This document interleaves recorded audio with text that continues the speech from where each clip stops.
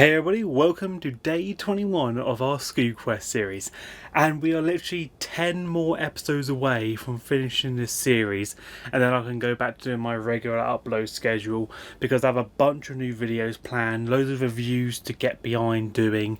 So pretty much in the next 2 months we're going to see some nice reviews and hopefully some here on out uploads to randomly put you out through November. I know I said I wouldn't, but I thought I have some of these already done, so might as well just spread them out and give you something to look forward to in November rather than it being an empty month. But anyhow, back with today's video, because this question is a Scooby-Doo episode or movie that feels longer than it should be. The one that I chose was Scooby-Doo and the Ghoul School, because that one, even though it's short, and I think, hang on a second, if I just get the actual VHS tape, because it will explain the actual runtime, it's 89 minutes, and that's very short for a Scooby-Doo movie, and this was direct-to-TV special, and then it was imported onto VHS. So for a movie on TV at the time, 89 minutes, you may think it's long, but actually it's kind of short. It's like your standard Scooby-Doo runtime, but you think, oh, this isn't too bad, you know, standard and that, but it just felt like it went on and on forever. Like, at one point I was thinking, I swear it should have been over by now. And when I talk to my friends about this movie, I literally go on about some scenes that just feel, if you just take those scenes in general, they're even longer than what they already should be. Because you think about it, this had so many scenes that just felt like they went on and on forever. Like the parents, even when the parents come over, like the ghouls, monster parents, they come over.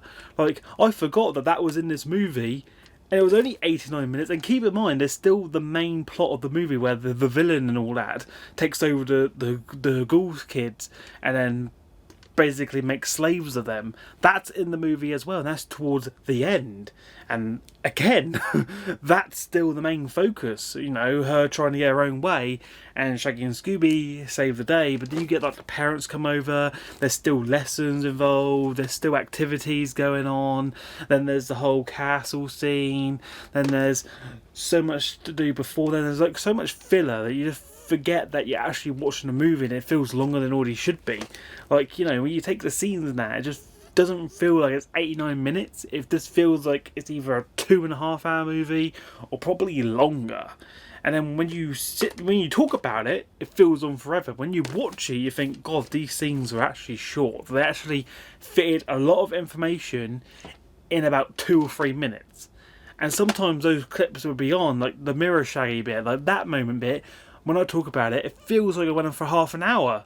But Mirror Shaggy only lasted about, roughly about 3 to 5 minutes on screen time. Barely even that. So it wasn't even used that much. When you talk about it, it feels like it was on there about for like 20 to 30 minutes. 89 minutes! They fitted a lot in for 89 minutes. I thought it was going to go on and on forever until it pretty much didn't even end.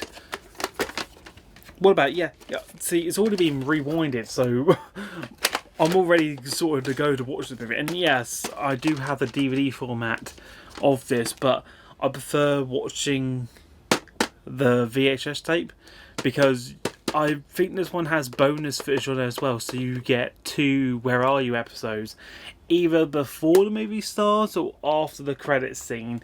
But this should have 2 episodes on there. I don't know what the episodes are because it doesn't actually say on the back. It doesn't even have Scrappy on the front cover, nor the back. They actually just cut them out and didn't actually include him. And the front cover, they actually remade themselves because of green shirt Shaggy and then his red shirt at the back.